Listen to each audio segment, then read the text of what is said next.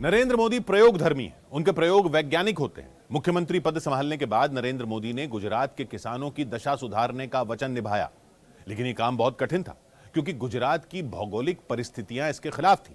गुजरात में तब किसानों के पास सिंचाई के साधन सीमित थे, उस पर बिजली का संकट और पारंपरिक तरीके से की जा रही खेती किसानों का काल बन रही थी। फिर किसानों के कष्टों का अंत कैसे हुआ, किसानों को सम्मान निधि कैसे मिली?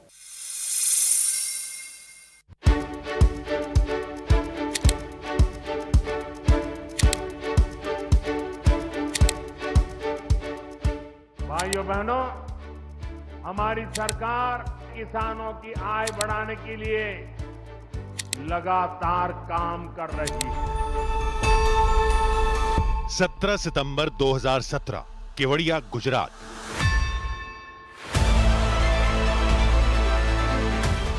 छप्पन साल के इंतजार के बाद सरदार सरोवर बांध के गेट खुले।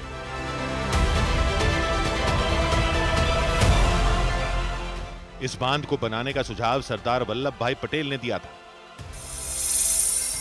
पूर्व प्रधानमंत्री पंडित जवाहरलाल नेहरू ने साल 1961 में परियोजना की आधारशिला रखी थी।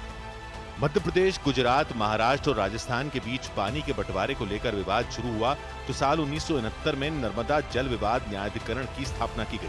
10 साल की कानूनी लड़ाई के बाद आखिरकार 1979 में बांध बनाने की अनुमति मिल गई। हालांकि इसके बाद असल मुसीबत शुरू हुई।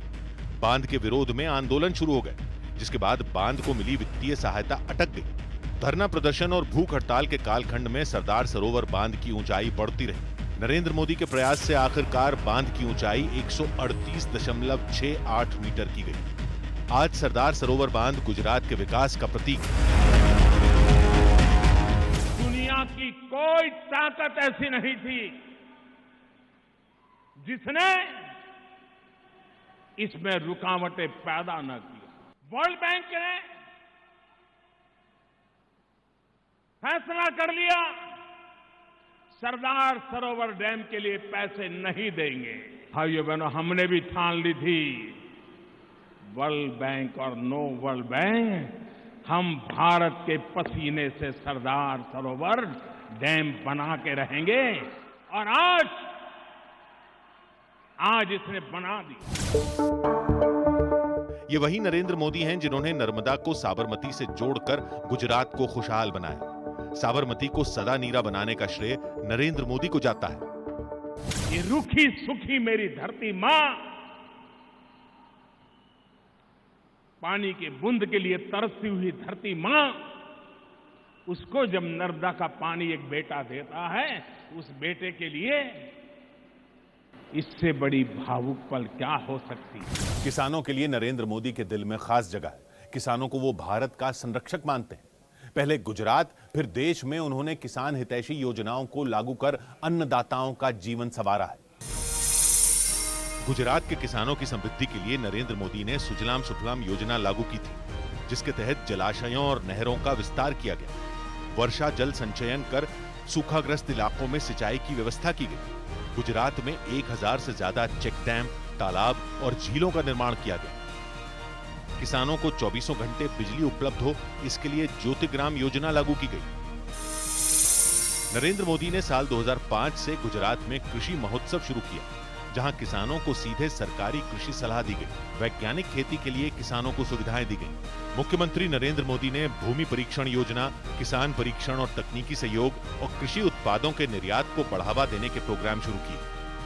गुजरात में खेती को जल, ऊर्जा, विज्ञान, प्रशासन और मार्केटिंग सभी के साथ जोड़ा गया, जिसका नतीजा शानदार रहा। 2001 से 2013 के बीच गुजरात की कृषि विकास दर औसतन 10% हर साल रही। यह देश की औसत से दुगनी ज्यादा थी। नरेंद्र मोदी के पास खेती को सुधारने का फॉर्मूला था। 14 अप्रैल 2016 की तारीख थी। देश की हर छोटी बड़ी मंडी मोबाइल के ऐप से किसानों की हथेली पर आ गई। नरेंद्र मोदी ने ई-नाम ऐप लॉन्च किया था। खेती में तरक्की के लिए कई बड़े काम उन्होंने किए। 2015 में लागू की गई मिट्टी स्वास्थ्य कार्ड योजना से लागत में कमी और उपज में बढ़ोतरी हुई।